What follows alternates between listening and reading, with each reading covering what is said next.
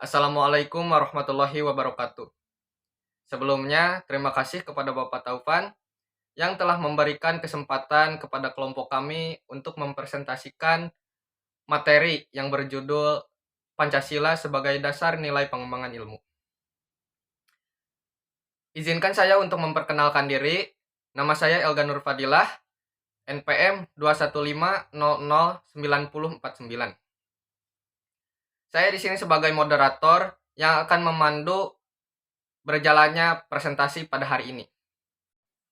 Sebelumnya, saya akan memperkenalkan anggota dari kelompok 6. Yang pertama, saya sendiri, Elga Nur Fadilah, NPM 215009049. Yang kedua, Delinar Subangkit, NPM 215009058. Yang ketiga, Mayrin Sulis Setiawan, NPM 215009061. Yang keempat, Risma Aulia Oktariani, NPM 215009068. Lalu yang kelima, Naswa Ulaya Rabani, NPM 215009069. Nah, materi yang akan kami bahas yaitu yang pertama, hakikat ilmu pengetahuan. Yang kedua, Pancasila sebagai dasar pengembangan iptek. Yang ketiga, urgensi kedudukan Pancasila sebagai dasar pengembangan iptek. Dan yang keempat, dinamika dan tantangan Pancasila sebagai landasan pengembangan iptek. 1. Hakikat ilmu pengetahuan. Dalam Kamus Besar Bahasa Indonesia, ilmu disamakan artinya dengan pengetahuan. Ilmu berasal dari bahasa Inggris, yaitu science, dan peralihan dari kata Arab, yaitu ilma. Ilmu mengandung 3 kategori, yaitu hipotesis, teori, dan dalil hukum. Sedangkan pengetahuan berasal dari kata knowledge. Dalam Encyclopedia of Philosophy, definisi dari pengetahuan adalah kepercayaan yang benar. Sedangkan menurut Ghazalba, pengetahuan adalah apa yang diketahui atau hasil pekerjaan tahu. Hasil pekerjaan tahu tersebut adalah hasil dari kenal, sadar, insaf, mengerti, dan pandai. Pengetahuan itu adalah semua milik atau isi pikiran. Pengetahuan itu harus benar, karena pengetahuan adalah kebenaran dan kebenaran adalah pengetahuan. Pengetahuan tanpa kebenaran adalah kontradiksi. Jadi, dalam kehidupan manusia akan memiliki pengetahuan dan kebenaran. Seperti yang dikutip oleh Swedi tahun 2016, bahwa pengetahuan yang dimiliki manusia ada 4, yakni 1. Pengetahuan biasa, yaitu pengetahuan yang dalam filsafat dikatakan dengan sebutan common sense, namun sering diartikan juga dengan kata good sense. Karena seseorang memiliki sesuatu yang dapat diterima secara baik, atau bisa juga diartikan bahwa pengetahuan yang didapat melalui kehidupan sehari-hari. Lalu yang kedua, pengetahuan ilmu. Pengetahuan ilmu ini merupakan usaha untuk mengorganisasikan dan mensistematisasikan common sense. Pengetahuan ilmu ini diperoleh dari observasi, eksperimen, dan klasifikasi. 3. Pengetahuan filsafat, yaitu pengetahuan yang diperoleh dari pemikiran yang kontemplatif dan spekulatif. Pengetahuan filsafat ini akan mengkaji kembali, akan memperdalam kembali sebuah ilmu yang tadinya kaku menjadi longgar kembali. Lalu yang keempat, pengetahuan agama, yaitu pengetahuan yang diperoleh dari Tuhan melalui utusannya. Pengetahuan agama ini bersifat mutlak dan wajib diyakini oleh pemeluknya. Perbedaan ilmu dan pengetahuan. Pada dasarnya, ilmu dan pengetahuan itu berbeda. Dalam arti bahasa, ilmu dan pengetahuan itu memiliki persamaan, tetapi dalam arti material, ilmu dan pengetahuan itu berbeda. Dapat dikatakan bahwa ilmu adalah pengetahuan yang berobjek, bersistem, bermetode, dan bersifat universal. Setiap ilmu pasti adalah pengetahuan, tapi tidak semua pengetahuan adalah ilmu. Materi yang selanjutnya akan disampaikan oleh teman saya. Selanjutnya adalah materi tentang perkembangan iptek. Menurut hal yang diuraikan oleh Surajio, Ilmu pengetahuan dalam perkembangannya yang secara bertahap terus melangkah dibagi dalam beberapa dekade, yaitu dimulai dari zaman pra-Yunani kuno, zaman abad pertengahan, zaman Renaissance, zaman modern, lalu yang terakhir zaman kontemporer. Pada zaman pra-Yunani kuno ditandai dengan know-how dalam kehidupan sehari-hari yang didasarkan pada pengalaman. Pengetahuan yang berdasarkan pengalaman itu diterima sebagai fakta dengan sikap restive mind, yaitu keterangan masih dihubungkan dengan kekuatan magis. Lalu ada kemampuan menemukan abjad dan sistem bilangan alam sudah menampakkan perkembangan. Lalu zaman Yunani kuno. Pada zaman ini, bangsa pada Yunani kuno ini tidak mempercayai mitologi-mitologi dan juga tidak dapat menerima pengalaman didasarkan reserve attitude, yaitu sikap menerima begitu saja, melainkan menumbuhkan an acquiring attitude, yaitu suatu sikap yang senang menyelidiki sesuatu secara kritis. Lalu pada abad pertengahan. Pada abad pertengahan, terdapat semboyan berlaku bagi ilmu, yaitu Ancilla de Theologiae atau abdi agama. Mengapa ada semboyan ini? Karena para ilmuwan pada abad pertengahan hampir semua para teolog, sehingga aktivitas ilmiah terkait selalu dihubungkan dengan keagamaan. Salah satu tokoh populer pada abad pertengahan ini adalah Hilda of Whitby, yaitu seorang wanita bangsawan di masa awal kerajaan Northumbria yang memilih mengabdi sebagai biarawati. Lalu selanjutnya ada zaman Renaissance. Zaman Renaissance ditandai sebagai era kebangkitan kembali pemikiran yang bebas dari dogma-dogma agama. Zaman ini adalah zaman peralihan kebudayaan abad pertengahan ke kebudayaan modern. Lalu pada zaman modern. Zaman modern ditandai dengan berbagai penemuan dalam bidang ilmiah. Tokoh-tokoh yang terkenal bermunculan pada masa modern ini. Seperti René Descartes yang terkenal sebagai bapak filsafat modern. Lalu ada Isaac Newton dengan teori gravitasi. Ada Charles Darwin dengan teori struggle for life, yaitu perjuangan untuk hidup. Dan ada J.J. Thomson, yaitu dengan temuannya yaitu elektron. Lalu yang terakhir adalah zaman kontemporer.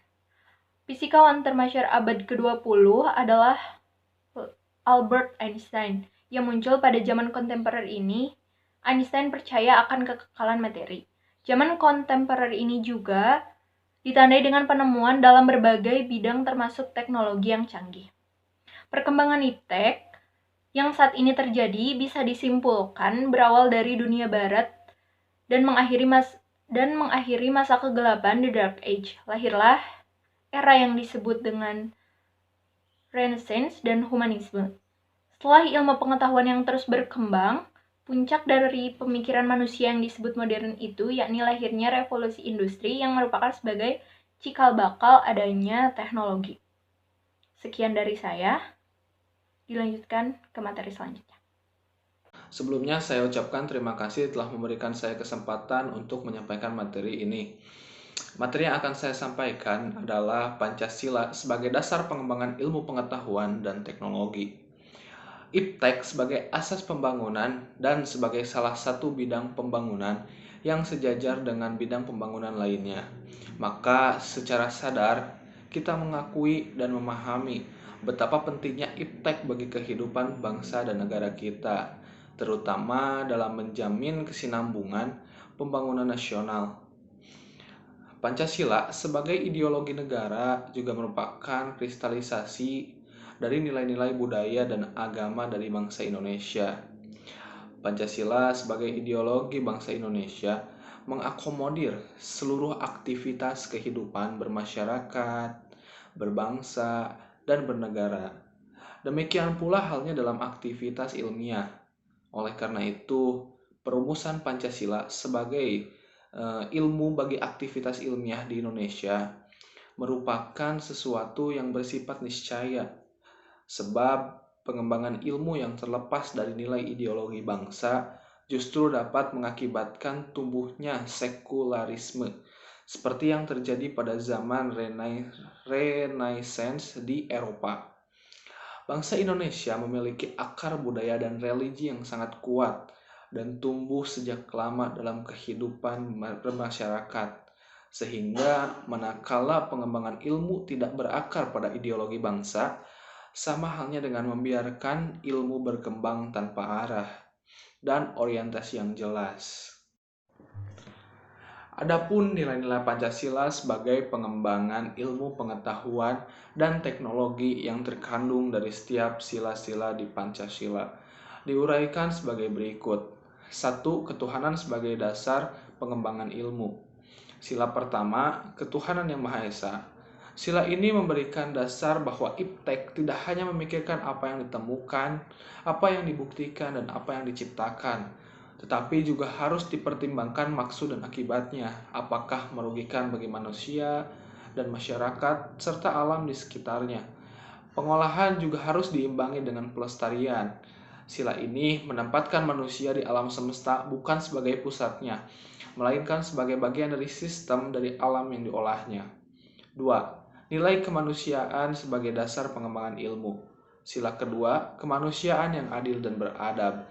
Sila ini memberikan dasar-dasar moralis bahwa manusia mengembangkan ilmu pengetahuan dan teknologi haruslah dengan cara-cara yang beradab, harus berdasarkan pada hakikat, tujuan, dan demi kesejahteraan umat manusia.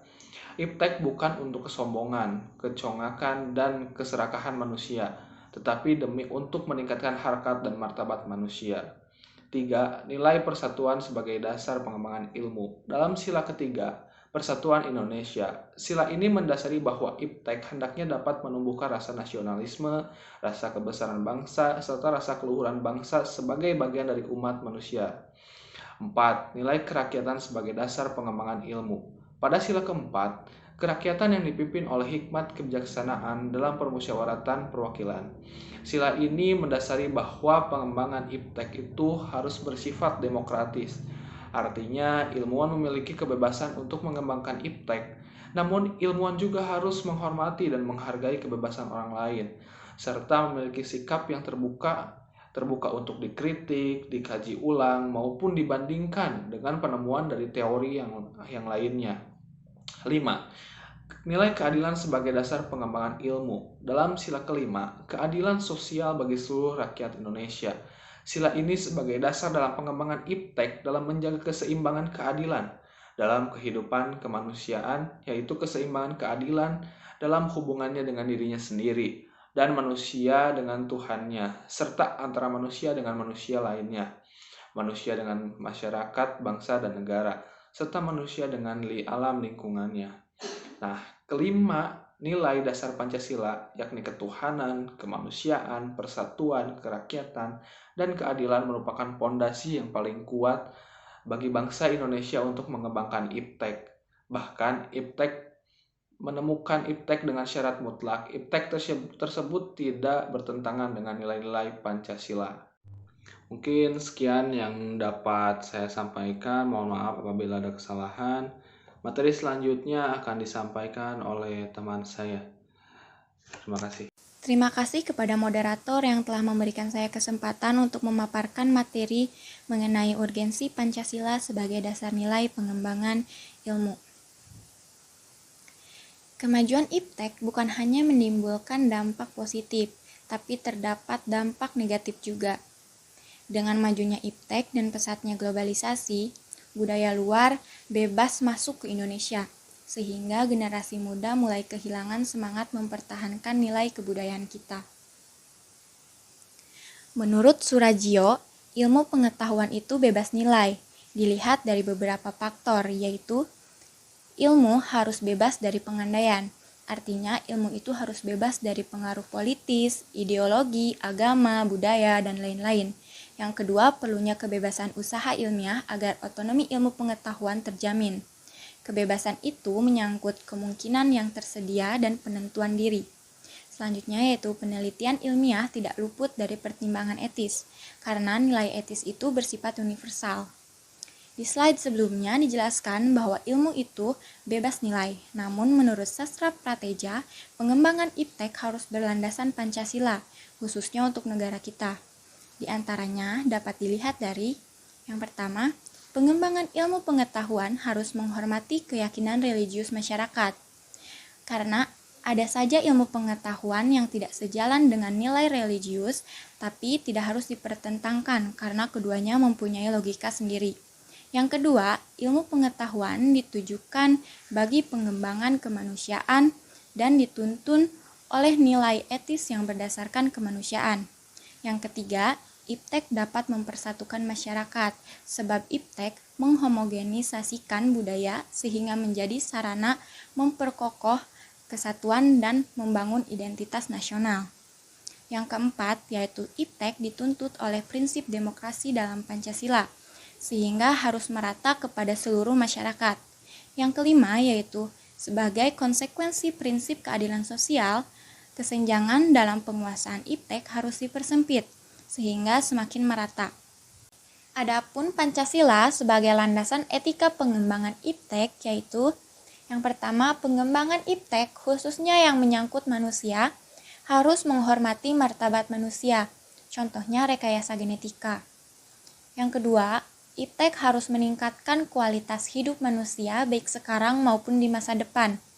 Yang ketiga, iptek harus membantu pemekaran komunikasi manusia baik lokal, nasional, maupun global. Yang keempat, iptek harus terbuka untuk masyarakat. Yang kelima, iptek hendaknya membantu penciptaan masyarakat yang semakin adil. Adapun konsep Pancasila sebagai landasan nilai pengembangan ilmu mengacu pada pemahaman sebagai berikut.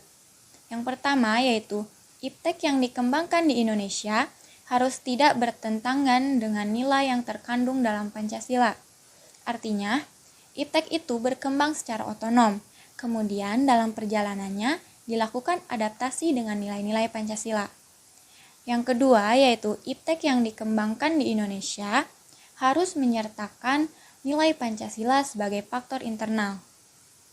Faktor internal yang dimaksud seperti batas keterlibatan nilai-nilai Pancasila dipertimbangkan oleh ilmuwan dalam pengembangan ilmu. Yang ketiga yaitu nilai Pancasila sebagai rambu normatif, artinya mampu mengandalkan iptek agar tidak keluar dari cara pikir dan bertindak bangsa Indonesia. Yang keempat, pengembangan iptek harus berasal dari budaya dan ideologi bangsa Indonesia atau yang dikenal dengan istilah memprimumikan ilmu. Sekian yang dapat saya sampaikan, materi selanjutnya akan disampaikan oleh teman saya. Oke, baik. Sebelumnya saya ucapkan terima kasih karena telah mengizinkan saya untuk menyampaikan sedikit materi. Nah, di sini ada alasan diperlukannya Pancasila sebagai dasar nilai pengembangan ilmu. Pentingnya Pancasila sebagai dasar pengembangan ilmu dapat ditelusuri ke dalam hal-hal sebagai berikut. Yang pertama, setiap ilmu pengetahuan dan teknologi yang dikembangkan di Indonesia harus didasarkan pada nilai-nilai Pancasila. Yang kedua, nilai-nilai Pancasila mampu mengendalikan iptek agar tidak keluar dari cara berpikir dan cara bertindak bangsa Indonesia. Yang ketiga, pengembangan iptek harus berakar dari budaya dan ideologi bangsa Indonesia. Dan yang keempat, gaya hidup global menggantikan nilai-nilai kearifan lokal. Pancasila sebagai dasar nilai pengembangan ilmu memiliki arti bahwa kelima nilai dari Pancasila itu sendiri merupakan pedoman dalam pengembangan ilmu pengetahuan dan teknologi. Akan tetapi, sejalan dengan perkembangan iptek di masa kini tidak dapat dipungkiri, selain dampak positif juga banyak dampak negatif. Pengaruh budaya luar dengan mudah masuk ke Indonesia menyebabkan lunturnya budaya Indonesia itu sendiri dan juga dijumpai kasus-kasus penyalahgunaan iptek yang tidak sesuai dengan nilai-nilai Pancasila. Oleh karena itu, kedudukan Pancasila sebagai dasar nilai pengembangan ilmu penting dan alangkah baiknya apabila meletakkan Pancasila sebagai etika pengembangan iptek. Kemudian dinamika dan tantangan Pancasila sebagai landasan pengembangan iptek. Yang pertama, kapitalisme yang sebagai menguasai perekonomian dunia. Kapitalisme itu sendiri adalah sistem ekonomi yang memberikan kebebasan penuh pada semua orang untuk melakukan kegiatan ekonomi untuk memperoleh keuntungan. Nah, dalam kapitalisme ini sendiri ada dampak negatif yang menjadikan kesenjangan sosial di antara kita. Kemudian, globalisasi yang menyebabkan lemahnya daya saing bangsa Indonesia dalam pengembangan iptek.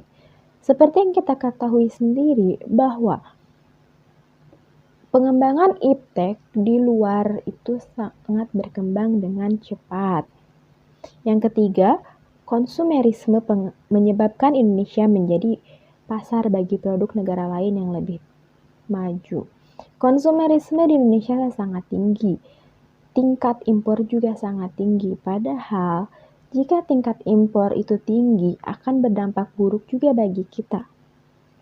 Kemudian yang terakhir, pragmatisme yang berorientasi pada 3 ciri, yaitu workability atau keberhasilan, satisfaction atau kepuasan, dan result atau hasil, mewarnai perilaku kehidupan sebagian besar masyarakat Indonesia.